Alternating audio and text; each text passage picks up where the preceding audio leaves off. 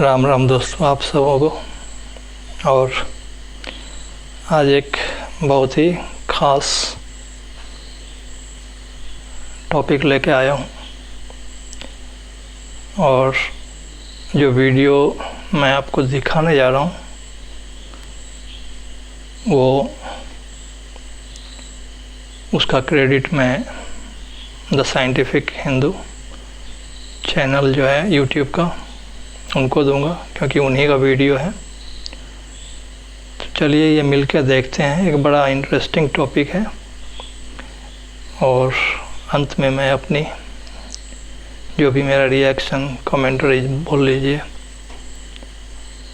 वो मैं दूंगा। तो चलिए पहले इस वीडियो को मिलके देखते हैं।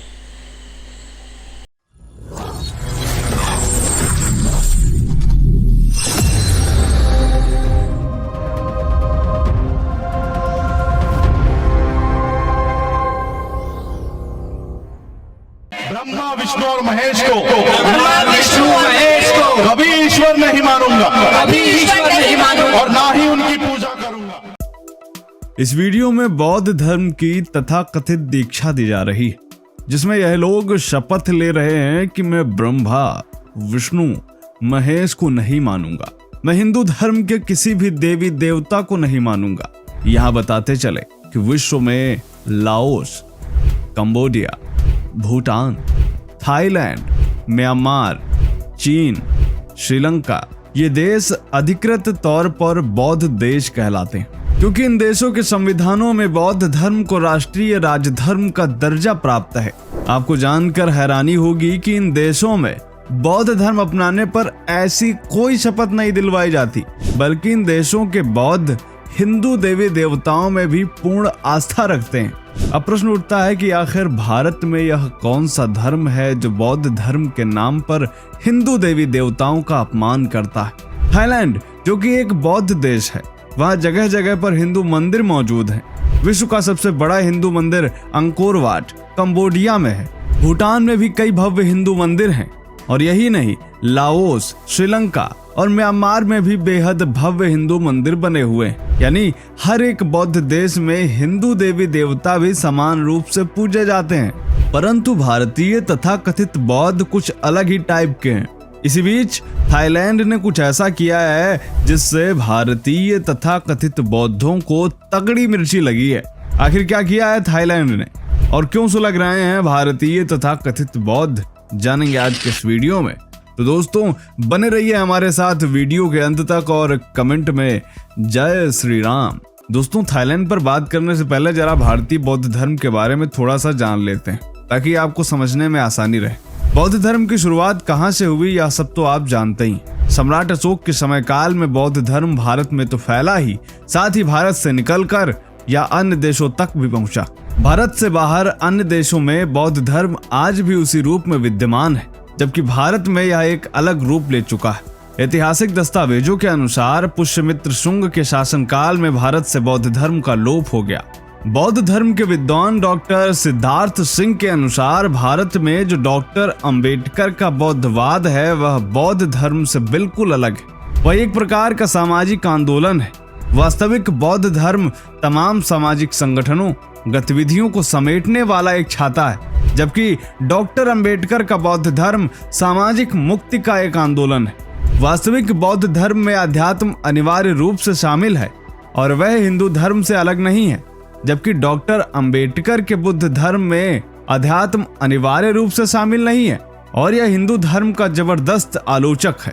उदाहरण के तौर पर आप तिब्बती धर्मगुरु दलाई लामा को ही देख लीजिए। भारतीय बौद्ध ब्रह्मा विष्णु व महेश को न मानने की शपथ लेते हैं, वहीं दलाई लामा स्वयं बैठकर रुद्राभिषेक कर रहे हैं। अब आप अच्छी तरह समझ गए होंगे कि वास्तविक बौद्ध धर्म और भारतीय बौद्ध धर्म में क्या अंतर है। अब आते हैं थाईलैंड पर। हिंदू धर्म में प्रत्येक कार्य के लिए अलग अलग देवता हैं, जैसे कि विद्या और बुद्धि की देवी सरस्वती जी हैं, तो धन की देवी लक्ष्मी जी हैं।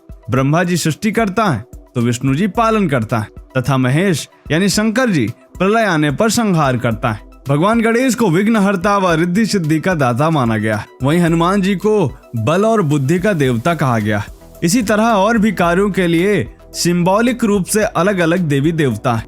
थाईलैंड की राजधानी बैंकॉक में 12 जुलाई से एशियन एथलेटिक्स चैंपियनशिप टूर्नामेंट शुरू हो चुकी है, जिसमें भारत सहित कई अन्य देशों के खिलाड़ी शामिल हो रहे हैं। और आपको जानकर हैरानी होगी कि इस बार राम भक्त हनुमान जी को एथलेटिक्स चैंपियनशिप का ऑफिशियल मैस्कॉट बनाया गया है। यहाँ पर आपको बता दें कि मैस्कॉट का अर्थ शुभता का प्रतीक होता है, जिसे हम एक सिंबल के रूप में समझ सकते हैं। यानी हनुमान जी को एशियन एथलेटिक्स चैंपियनशिप में एक मैस्कॉट के रूप में बनाया जाना अपने आप में एक बड़ा संदेश देता है।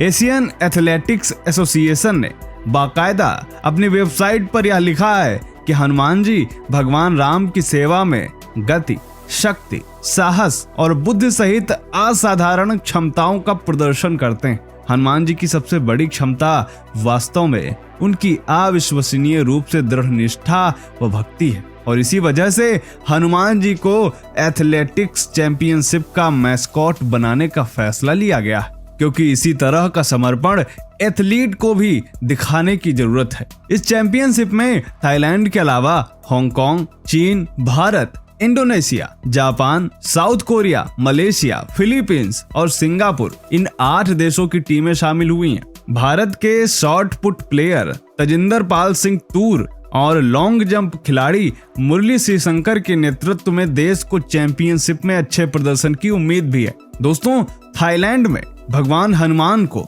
इस चैंपियनशिप में एक मैस्कॉट बनाया जाना अपने आप में एक बड़ी बात है, और हिंदुओं के लिए यह एक गर्व का विषय है, क्योंकि भारत में जहां एक तरफ मूवीज, चुनावी कैंपेन, गाने, पोस्टर्स आदि के द्वारा हिंदू भावनाओं का अपमान किया जाता है, वहीं थाईलैंड जैसे देश जब इस तरह का कदम उठाते हैं तो हिंदुओं का सीना गर्व से चौड़ा हो जाता है। दोस्तों, थाईलैंड एक बौद्ध देश भले ही है, परंतु यहाँ हर जगह पर हिंदू संस्कृति नजर आती है। जिस रामायण को भारत में तथाकथित बौद्ध जलाने की बात करते हैं तथा भगवान राम को एक काल्पनिक पात्र बताते हैं, वही रामायण थाईलैंड की राष्ट्रीय पुस्तक है, जिसे वहां राम की एन कहा जाता है। साथ ही वहां के राजा को आज भी राम का वंशज माना जाता है।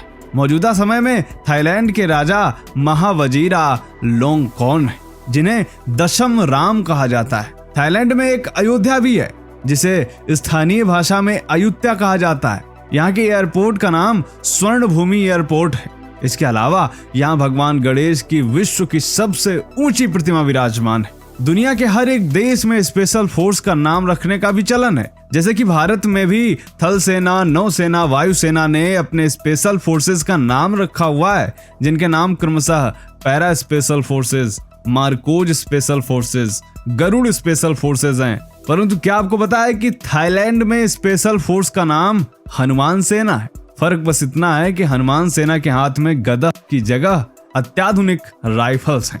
थाईलैंड में हनुमान सेना का गठन हुआ था वर्ष 2019 में, जो special weapons and tactics team की तरह काम करती है। भारत की तरह थाईलैंड में भी हनुमान जी को बल, बुद्धि और साहस का देवता माना जाता है। और आप तो सभी जानते ही हैं कि थाईलैंड एक बौद्ध देश है, न कि एक हिंदू देश, पर फिर भी वहां पर हनुमान जी और हिंदू धर्म के लिए प्रगाढ़ आस्था है, क्योंकि वह मानते हैं कि वे बौद्ध जरूर हैं, लेकिन भगवान राम और हनुमान उनके पूर्वज हैं, जिनको वह कभी नहीं भुला सकते। और एशियन एथलेटिक्स चैंपियनशिप में हनुमान जी को मैस्कॉट बनाया जाना थाईलैंड द्वारा दिया गया यह एक स्पष्ट संदेश है। भारत की तरह थाईलैंड में भी हनुमान जी को बल, बुद्धि और साहस का देवता माना जाता है, और इसीलिए यहाँ की स्पेशल फोर्स को हनुमान सेना नाम दिया गया है। अब जरा सोचिए कि क्या भारत में ऐसा हो सकता है? क्या भारत देश में तथाकथित सेकुलर और बौद्ध ऐसा होने देंगे? विचार अवश्य कीजिएगा। कैसा लगा आज का यह वीडियो कमेंट जरूर करें। मिलते हैं आपसे अगले वीडियो में, तब तक के लिए जय हिंद, जय भारत, वंदे मातरम। तो इसमें आपने देखा कि जो एशियन एथलेटिक चैम्पियनशिप शुरू हो रही है, उसके लिए मैस्कॉट हमारे बजरंगबली को बनाया गया है। गर्व की बात तो है,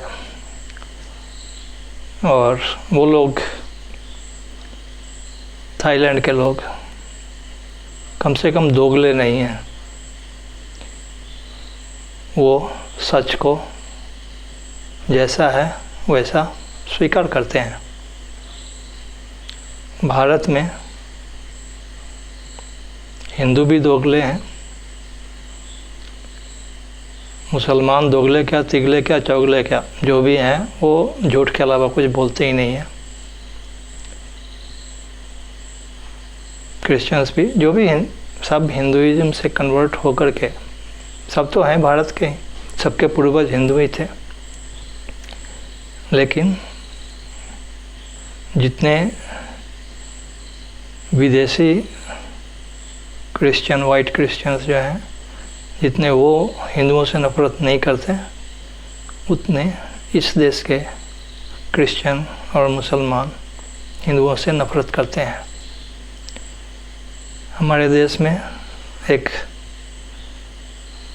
नए नए अंबेडकर वाले बुद्ध या बौद्ध भिक्षु जो बने फिरते हैं, उनको बुद्धिज़्म के बारे में ज़ीरो नॉलेज, ना तो बुद्धिज़्म को प्रैक्टिस करते हैं वो, और ना ही उसके बारे में उनको कोई नॉलेज, क्योंकि बुद्धिज़्म कुछ नहीं है, हिंदुइज़्म भी है, हिंदुइज़्म ही है, और इसी का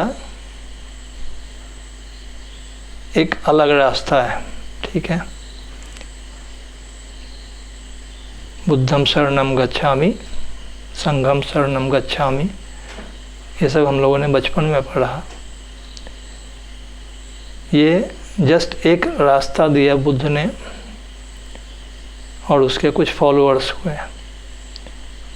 ये तो इन लोगों को, अशोक द ग्रेट को धन्यवाद करना चाहिए कि उसने फैला दिया पूरी दुनिया में। और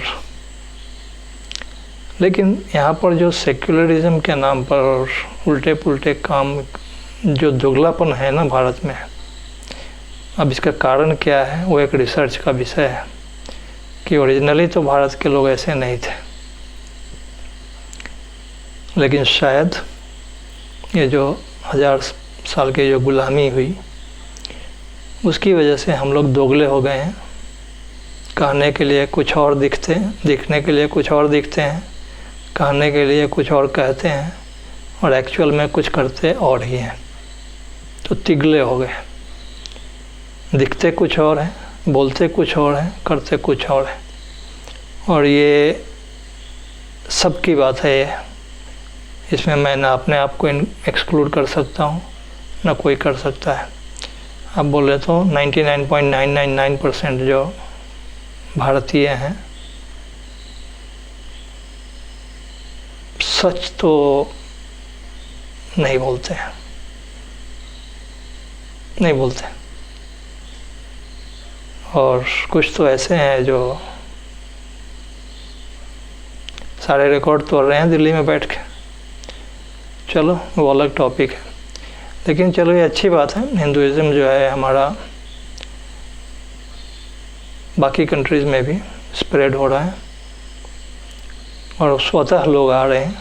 ये कोई एक क्रिश्चियन की तरह या इस्लाम की तरह हम लोग फोर्स नहीं करते हैं, लालच नहीं देते हैं, लेकिन वो प्रभावित होते हैं, उनको अपने सवालों का जवाब चाहिए, क्योंकि क्रिश्चियनिटी और इस्लाम में सवालों के जवाब है नहीं। वहाँ पर आपको ब्लाइंडली फॉलो करना है, प्रैक्टिस करना है।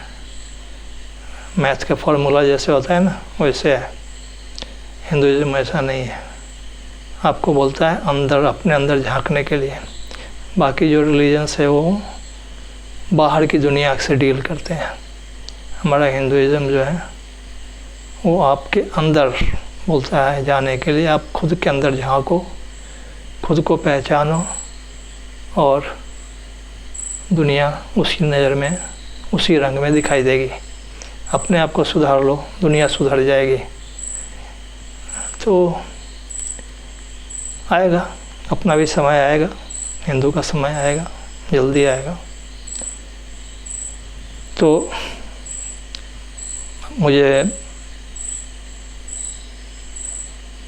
तो बहुत अच्छा लगा ये वीडियो। हालांकि इसमें कुछ खास ऐसा नहीं था जिसको सेलिब्रेट किया जाए, बट फिर भी है सेलिब्रेट करने लायक, क्योंकि एक देश तो कम से कम ऐसा है कि बुद्धिज़्म को फॉलो करता है, बट अपने रूट्स, अपने जड़ को भूला नहीं है। हम भारतीय जो हैं